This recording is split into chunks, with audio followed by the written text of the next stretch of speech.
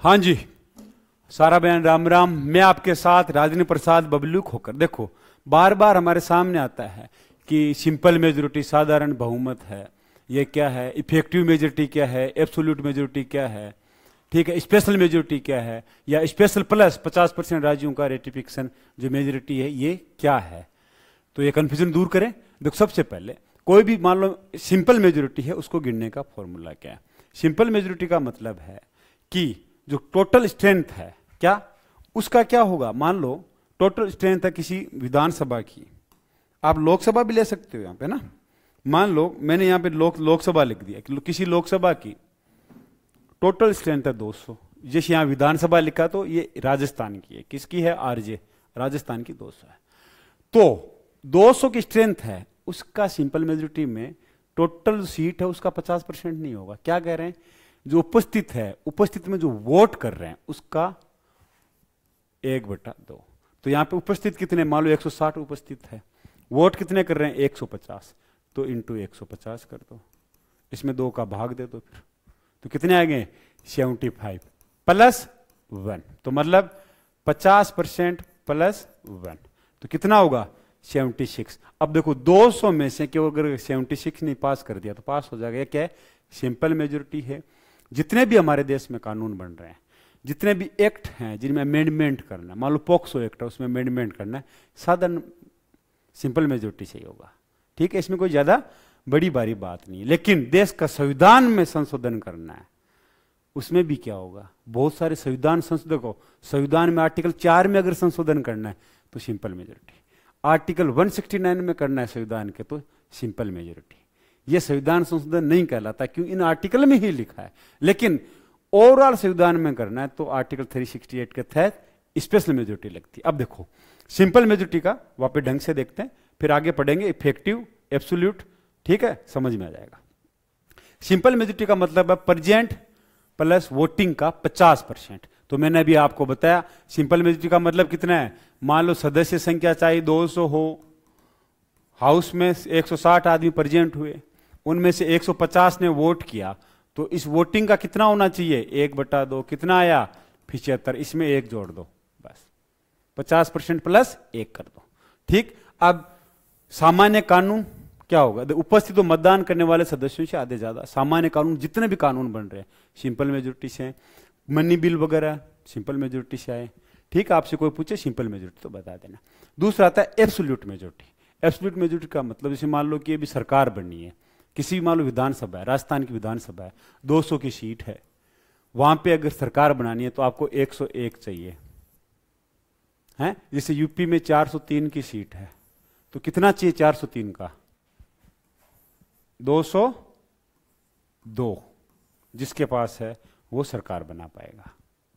ठीक, बिहार में 242 है, 243 है, 43 है, बिहार में 243 की सीट है। ठीक, अब इसका कितना होगा, इसका आधा कर दो प्लस 1 कर दो। तो एब्सोल्यूट मेजोरिटी का मतलब समझ गया, जितनी कुल सदस्य संख्या है, टोटल स्ट्रेंथ है उसका 50%। जैसे अपनी लोकसभा में यहां 545 दिखा रखा है, लेकिन अब सीटें कितनी हो गई है मेरे भाई, 543 हो गई है। 2 एंग्लो इंडियन की सीटें खत्म कर दी गई है। अब मान लो 545 सीट है, उसका कितना होता है, आधा 272 होता है, उसमें 1 जोड़ दो। ये क्या होती है, एब्सोल्यूट मेजोरिटी।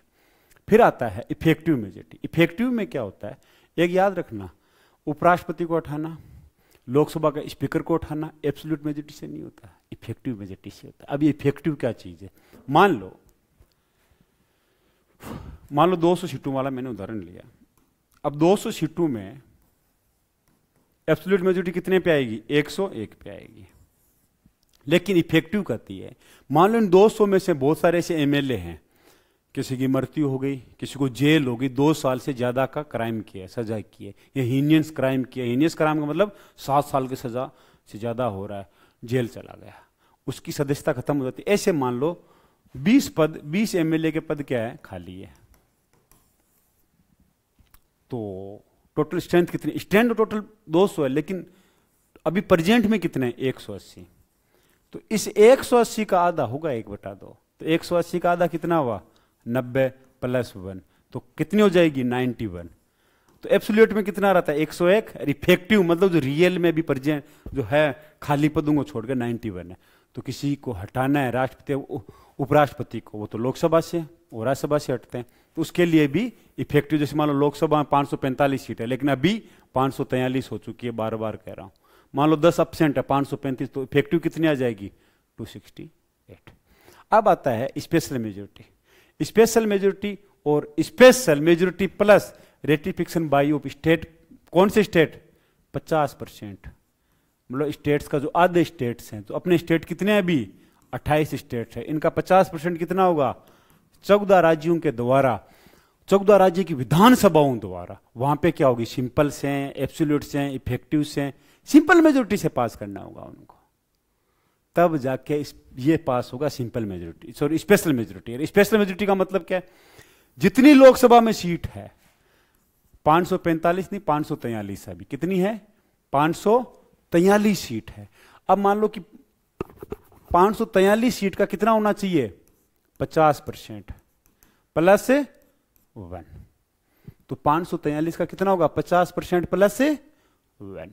दूसरा जो वोट देने आएंगे कितना, मान लो 543 है, इसका 50% आना चाहिए, जो वोटिंग करेंगे उसका 2/3 भी, ये लिमिट भी, दोनों बहुमत पास करोगे दोनों चीजें, तब जाके स्पेशल मेजोरिटी आएगी। स्पेशल मेजोरिटी से क्या होता है, संविधान के बहुत सारे, मतलब संविधान संशोधन करना आर्टिकल 368 से, वो संविधान संशोधन नहीं जिनसे राज्यों के हित प्रभावित नहीं हो रहे हैं, अगर उनको कर रहे हैं अमेंडमेंट जिनसे राज्यों के हित प्रभावित नहीं हो रहे, तो स्पेशल मेजोरिटी में आएंगे और वो अमेंडमेंट हो जाएंगे। लेकिन जिनसे राज्यों के हित भी टकराते हैं, जैसे राष्ट्रपति के इलेक्शन में राज्य होता है, हाई कोर्ट सुप्रीम कोर्ट में राज्यों के हित है, 7वीं अनुसूची में हित है, लेकिन 7वीं अनुसूचियां 12 है अपनी, अनुसूची 1 और 4 में संशोधन संविधान संशोधन नहीं कहलाता है, ओनली आर्टिकल 4 के तहत यह संशोधन होता है। किसके तहत, आर्टिकल 4 के तहत। कौन सी मेजोरिटी से, सिंपल मेजोरिटी से, साधारण मेजोरिटी। देखो यार इसमें लिखा नहीं है, सिंपल मेजोरिटी मतलब कौन सी आएगी, सिंपल मेजोरिटी आर्टिकल 4 के तहत। किसमें, अनुसूची 1 और अनुसूची 4 में।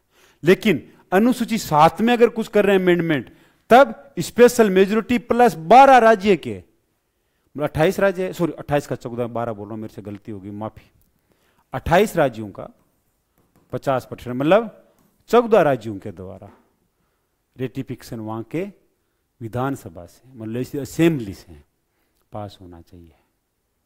ठीक, इन चीजों पे तो ये आपकी मेजोरिटी है 5। आपसे कोई पूछे तो आप बता सकते हो। इसी के साथ सारा बयान। राम राम, जय हिंद, जय भारत।